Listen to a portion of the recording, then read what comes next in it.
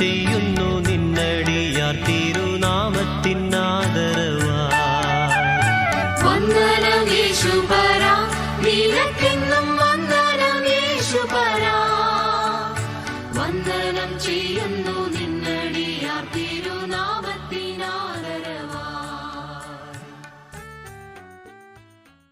യേശുക്രിസ്തുവിൻ്റെ ധന്യനാമത്തിൽ എല്ലാവർക്കും സ്നേഹവന്ദനം. മറ്റുള്ളവരെക്കാൾ ഞാൻ മുൻപിലാണ് എന്ന് ചിന്തിക്കുന്നവർ ഇന്ന് ധാരാളം ഉണ്ട്. അറിവിൽ ഞാൻ മുമ്പനാണ്, പദവിയിൽ ഞാൻ വലിയവനാണ്, എന്നെ കവിഞ്ഞ് ആരുമില്ല, ഈ വിധത്തിൽ ചിന്തിക്കുന്നവർ അനേകരാണ്. അതായത് ഭാവിക്കേണ്ടതിന് മീതെ ഭാവിക്കുന്നവർ എന്ന് എങ്ങനെയുള്ളവരെക്കുറിച്ച് പറയാം. എന്നാൽ ഞാൻ ഏതുമില്ല എന്ന് ചിന്തിക്കുവാനും പറയുവാനും നമുക്ക് കഴിയണം.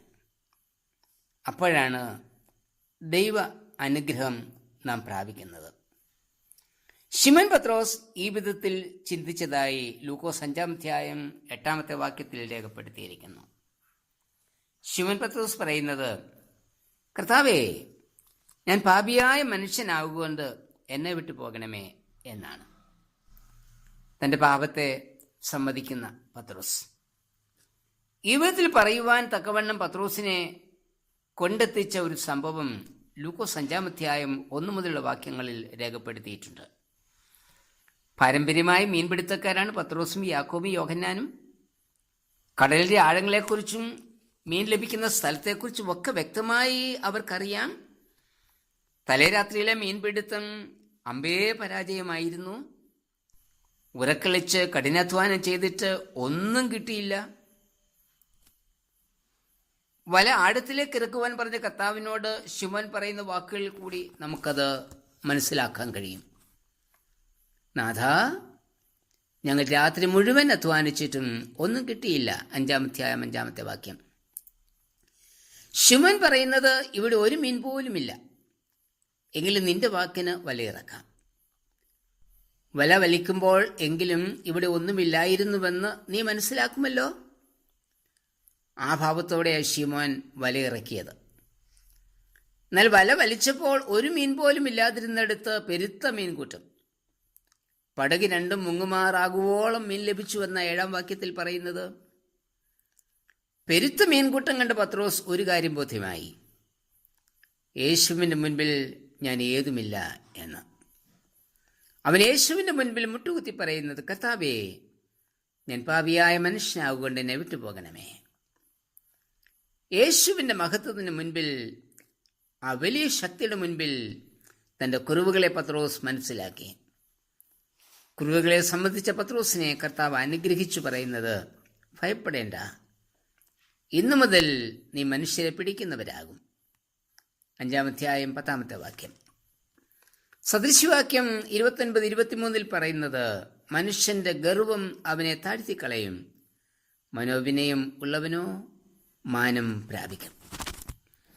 ദൈവത്തിന് മഹത്വം കണ്ട് വിനയപ്പെട്ട് അനുഗ്രഹം പ്രാപിച്ച അനേകരെ കുറിച്ച് വിശുദ്ധ വേദപുസ്തകം സാക്ഷിക്കുന്നുണ്ട്.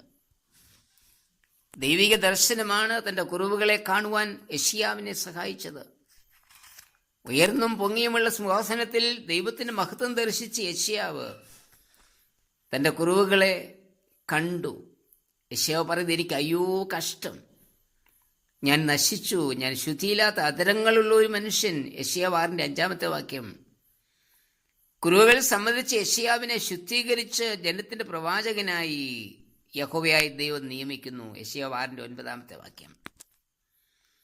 പക്ഷപാതം പിടിച്ച് കഠിന വേദനയിൽ കഴിയുന്ന ബാല്യക്കാരന്റെ സൗഖ്യത്തിനായി യേശുവിൻ്റെ അടുക്കൽ അപേക്ഷയുമായി വന്ന ശതാധിപനെ കുറിച്ച് മത്തായി 8 നാം വായിക്കുന്നുണ്ട്. 100 പട്ടാളക്കാരുടെ മേലധികാരമുള്ള റോമൻ സൈനികനായിരുന്നു ഇദ്ദേഹം. തൻ്റെ ശതാധിപന്റെ രോഗസൗഖ്യത്തെക്കുറിച്ച് പറയുമ്പോൾ, ഞാൻ വന്ന് അവനെ സൗഖ്യമാക്കാമെന്ന് യേശു പറഞ്ഞു.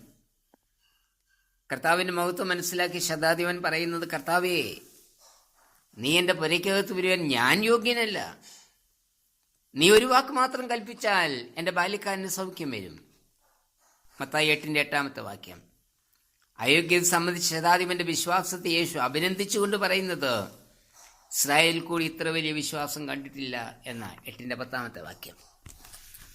തന്റെ ജനത്തെ അടിമത്തിന് വിടുവിക്കുവാൻ മോശയെ ചുമതലപ്പെടുത്തുമ്പോൾ മോശ പറയുന്നത്, കർത്താവേ, നീ അടിയനോട് സംസാരിച്ച ശേഷവും ഞാൻ വാക്സാമർഥ്യമുള്ളവനല്ല, ഞാൻ വിക്കനും തടിച്ചെന്നാവുള്ളവനുമാകുന്നു. പുറപ്പാട് 4-10 വാക്യം. തന്റെ കുറവുകളെ സംബന്ധിച്ച മോശയാണ് സ്ത്രീകളും കുട്ടികളും കൂടാതെ 100,000 പുരുഷന്മാരെ അടിമത്തിന് വിടുവിപ്പാൻ ചുമതലപ്പെടുത്തിയത്. ഒടിഞ്ഞ പാത്രമായി കർത്താവിന്റെ മുൻപിൽ ചെല്ലുവാൻ നമുക്ക് കഴിയണം. അപ്പോഴാണ് ദൈവം നമ്മെ നിറയ്ക്കുന്നത്. ഞാൻ കുറവുകാരനാണ് എന്ന് ബോധ്യപ്പെട്ട് കഴിയുമ്പോൾ മാത്രമേ നമുക്ക് ദൈവത്തിൻ്റെ നടത്തിപ്പ് ലഭിക്കുകയുള്ളൂ. യെശയ്യാവ് ശതാധിപനും മോശയ്ക്കും ഈ ദൈവിക നടത്തിപ്പാണ് ലഭിച്ചത്. നമുക്ക് നമ്മുടെ കുറവുകളെ ദൈവസന്നിധിയിൽ സമ്മതിക്കാം. എങ്കിൽ ദൈവത്തിൻ്റെ ദിവ്യമായ നടത്തിപ്പ് അനുഭവമാക്കിക്കൊണ്ട് മുൻപോട്ട് പോകുവാൻ നമുക്ക് കഴിയും. കർത്താവേ, അങ്ങയുടെ മഹത്വത്തിന് മുൻപിൽ എൻ്റെ കുറവുകളെ സമ്മതിക്കുവാൻ എന്നെ സഹായിക്കണമേ. ആമേൻ.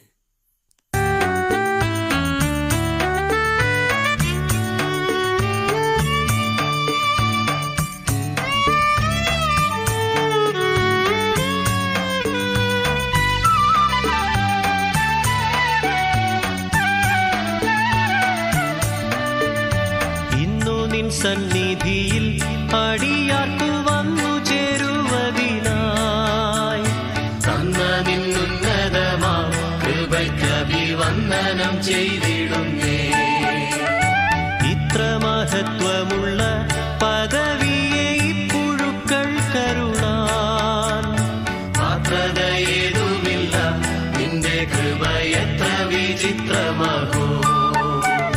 വാനദൂതഗണങ്ങൾ മനോഹര ഗാനങ്ങളാൽ സതതം പൂരമെന്നെ പുകഴ്ത്തി സ്തുതിക്കുന്ന വാനവനെ നിനക്ക് വന്ദനമേശുപരാ, നിനക്കെന്നും വന്ദനമേശുപരാ.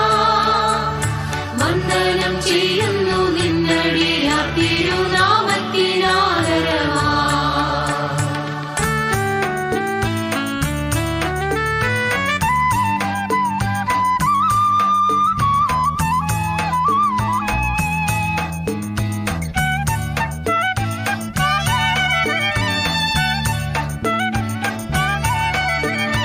മന്നരിൽ മന്നവൻ നീ, മനുകുലത്തിനു രക്ഷാകരൻ നീ. നിന്നും പ്രഭാവമുള്ളോൾ പിതാവിനു സന്നിധൻ നീയല്ലയോ. നീ ഒഴികെ ഞങ്ങൾക്ക് സുരലോകയായുള്ളു ജീവനാഥ. നീ ഒഴികെ ഇഹത്തിൽ മറ്റാരുമില്ല ഗ്രഹിപ്പാൻ പരമേ. വന്ദനമേശുപരാ, നിനക്കെന്നും വന്ദനമേശുപരാ. വന്ദനം ചെയ്യുന്നു നിന്നടിയാർ തിരുനാമത്തിനാദരവാ. വന്ദനമേശുപരാ, നിനക്കെന്നും വന്ദനമേശുപരാ.